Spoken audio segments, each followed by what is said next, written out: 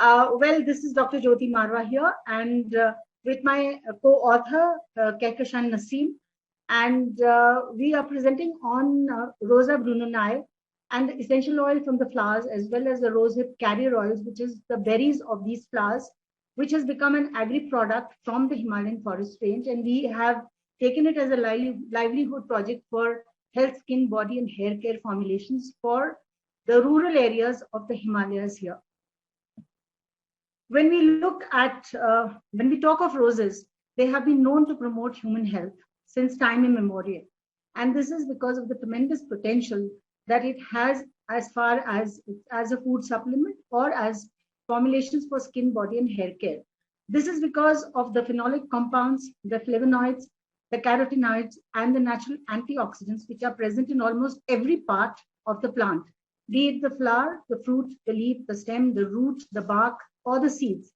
And the petals of the flowers have a high content of flavonoid content, and hence it becomes a potent natural antioxidant compound.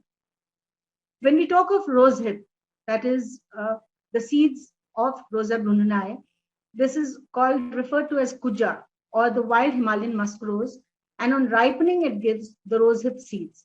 Now, these are perennial shrubs which grow on well-drained and sunny habitats of the forest lands, and also on the wasteland up to the altitude of 2000 meters.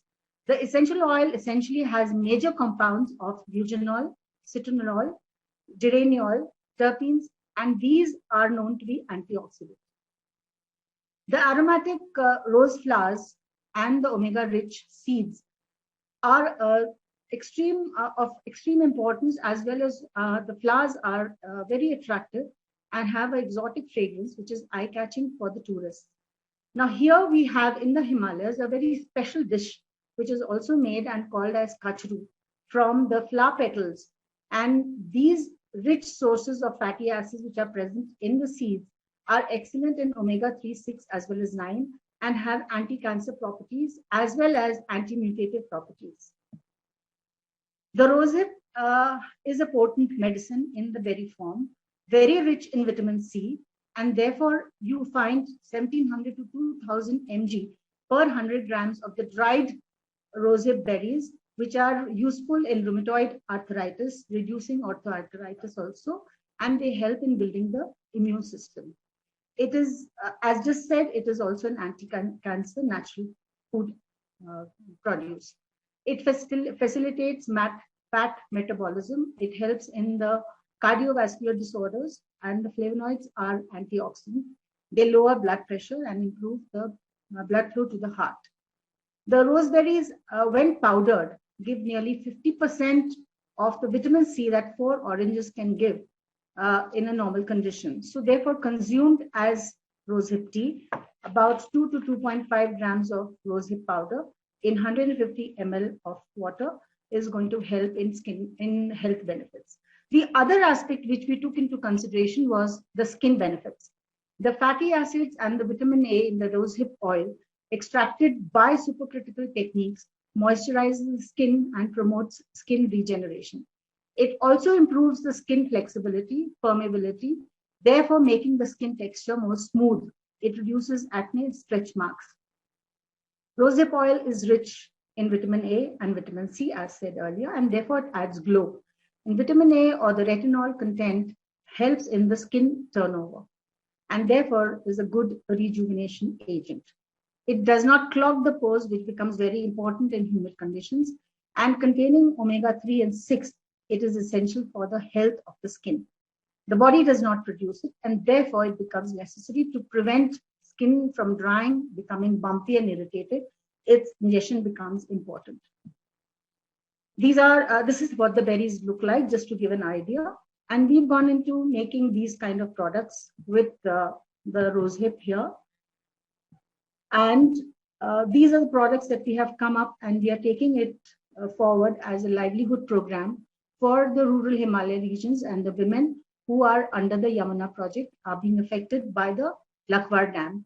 And on this, I mean, when you talk of rosehip flower, you talk of rosehip churn, you talk of soaps, scrubs, and the essential oils from the flowers, the seed oil from the carriers, converting rosehip into tea and beverages, rosehip marmalades, because here we use apple as a pulp, which is we make it as a normal natural product, and the rosehip bread and biscuits and the gummies and the candies. Now, in this project, we have tried to, these are the major and the minor fatty acid constituents of the rose oil. And therefore, you find the content of linoleic acid is nearly about more than 50% in this. And hence, these omega-3 and omega-6 make it important for our consumption, because they are the ones like walnut, which are also breaking the blood-brain barrier. And therefore, they are good for the brain, and therefore they prevent in almost all conditions of mental health as well as physical health, their consumption becomes important. We have received feedback, and on the basis of the products that we have taught and taken ahead to as a livelihood mission for the people in the Yamuna Valley, I would request our Deputy Conservator of the Forest to put in 2 words about the livelihood programs that we are doing with Rosehip. Hello. I would just like to introduce myself. I am Kehkashan Naseem and the co-author, and recently I am the DFO of the Mussoorie Forest Division. With the help of the work done by Dr. Jyoti Marva with all the research things, we are going to implement the benefits of the rosehip as a skin product as well as the food nutrition products. We are going to implement in the rural area, especially we want that because we have a large swathe of these wild roses in our forest, which are near to the rural areas. We are likely to introduce by the training and other intervention, the rural women to make all these products so that they can enhance their livelihood. So in our livelihood project, we are promoting this rosehip as a food product as well as the skin, different skin products for the skin, especially for the increment of the rural livelihood of the rural women as well as the general awareness of all the people here, especially in the Tigri Garhwa.